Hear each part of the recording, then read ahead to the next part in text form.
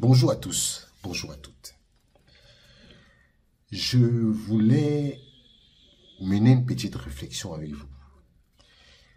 Et je voulais savoir comment on peut être intellectuel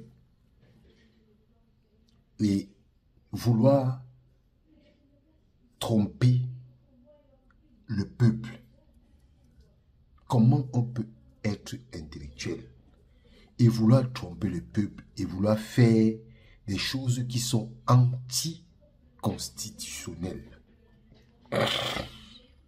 Parce que je ne comprends pas jusqu'aujourd'hui comment des gens peuvent s'asseoir et vouloir violer la loi, vouloir violer un décret promulgué par le président de la République. Comment des adultes peuvent se lever un matin au nom du fait qu'ils ont été nommés, pensent qu'ils peuvent outrepasser les décrets et les lois promulgués dans un pays par qui? Celui qui les a nommés. Est-ce que vous pensez que c'est normal? Vous savez, moi, les gens aiment souvent bavarder. Les gens aiment souvent bavarder. Et ils nous disent que, oui, il y a la convention relative aux sélections nationales entre le ministère des Sports, de l'Éducation physique et la Fédération camerounaise de football. J'ai ça ici. J'ai ça ici. Cette convention-là. Et en préambule, il est écrit: le ministère des Sports et de l'Éducation physique et la Fédération camerounaise de football, considérant que le ministère des Sports et de l'Éducation physique est en charge de la mise en œuvre de la politique sportive nationale, considérant que la Fédération camerounaise de football, association nationale associée, affiliée à la CAF et à la FIFA, est chargée d'une mission de service public à elle concédée par l'État du Cameroun, déterminée à assurer le rayonnement du football camerounais à l'extérieur à travers les sélections nationales de football et les associations ou sociétés sportives de football affiliées à la Fédération camerounaise de football et engagées dans les compétitions internationales, ont convenu ce qui suit. Disposition générale 1.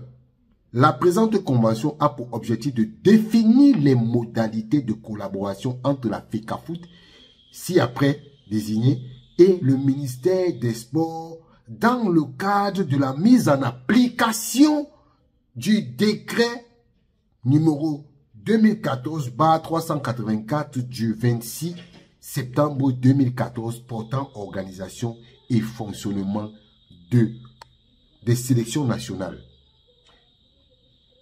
Elle détermine, clarifie, harmonise les missions dévolues à chacune des parties dans le but d'assurer la meilleure collaboration et un meilleur partenariat nécessaire à la bonne gouvernance et au rayonnement du football camerounais dans le respect des lois et règlements en vigueur, des statuts, règlements, principes de la Fédération internationale de football association FIFA et de la Confédération africaine de football auquel la FECAFOOT est partie.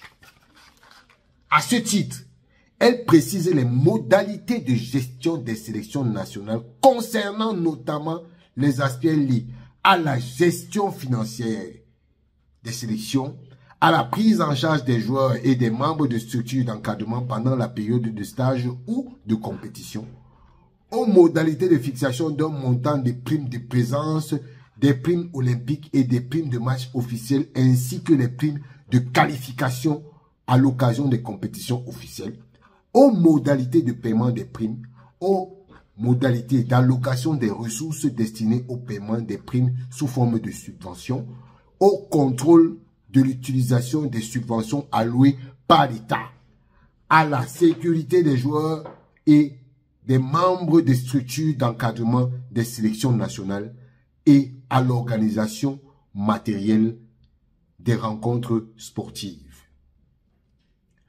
Voilà les principes. La gestion financière, la reddition des comptes, le contrôle, tout ça là, c'est inscrit dans la loi, dans le décret de 2014. Je n'ai pas besoin de le reprendre, je l'ai tellement lu ici. Parce que cette convention-ci, elle reprend in extenso les aspects de cette loi. Elle reprend tout. Et elle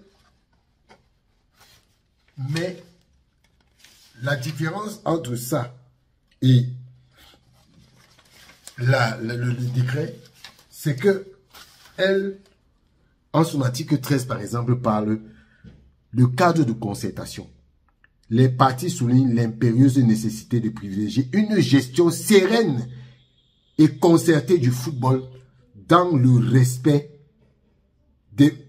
mutuel, l'esprit de dialogue et la solidarité et le patriotisme. À cet effet, elles s'engagent, les deux parties, à prévenir les conflits par l'aménagement de cadres de concertation dans le respect des périmètres de compétences reconnus à chacune des parties à travers une communication permanente.